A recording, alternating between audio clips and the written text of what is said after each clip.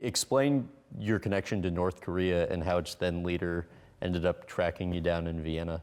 In 1994, towards the latter part of the year, I had just finished up doing a 1-month interview with Beverly Shook of CNN on Pinnacle. I was in Vienna, Austria at the time. It was shown around the world. While I was there, I got a phone call, and I'll tell you how it all came to be. George Lee, who's my distributor for South Korea for Paul Mitchell, was in Peking, which now is Beijing, on his own, doing business, and was drinking at a bar. Next to him was a table of Koreans drinking and talking in Korean and laughing, and these guys could drink. He went and joined them and drank with them. Turned out to be North Korean intelligence. And they asked George, he said, you know what, we're looking for an American to help us develop industrially. Do you know anybody? George said, oh my God, John Paul is the nicest guy. The reason he wants to help the world out. Oh, he'd probably want to help your old country out. I'll ask him, yeah, send us a letter. So he got a hold of me, and I had contacted our State Department. And I, asked if I could write a letter, and they laughed and they said, JP, we did a little research on this. There's 100 people they're trying to get, They're never gonna pick you. Number two, you can't do any trade with them because of the trade embargoes we have with them, but you could write the letter, no big deal. They're never gonna pick you. Okay, so I write them a letter. Dear Kim Jong-il, okay, I'd be very happy to come and visit your country and help you industrialize with the environment in mind and ecology in mind. And they have to drop the trade barriers, okay? But if they'll let us do that, I'll help you develop your whole country as long as we do the ecology in mind, peace, love, and happiness, Paul DeJoria, blah, blah, blah, blah, sent the letter. Never heard a word from them.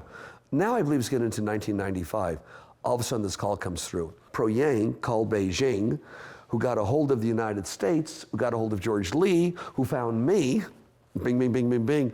And we were watching it on TV there, right? It was one around the world. They said, you're not gonna believe this. Kim Jong-il was watching CNN International, probably the only guy that got to see it in North Korea, close society, right? And said, that's the guy. That's one of the guys that sent the letter. The next thing I knew, bingo, I had an invitation to go to North Korea and bring anybody with me. So I brought my daughter with me, thought it'd be a good time. My wife at the time thought my daughter and I need some bonding, let's go over together, and we did. And we were the guest of Kim Jong-il there. Of course, we were escorted everywhere. Turned out the guy who escorted us would have intelligence, for North Korea. They treated us really good.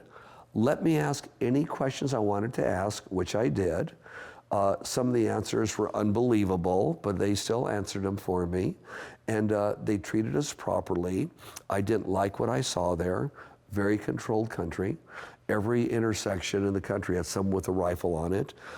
You could talk to the local people, and they'd tell you that the last leader built the entire dam there, which that engineers have got to do it. So they're very dedicated people to their philosophy and God. They don't believe in God as we do. God is their government. God is their leader.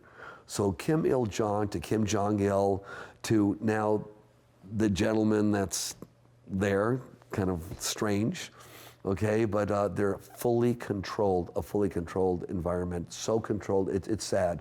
Well, after I left in 1996, I wanted to get them into four-way talks.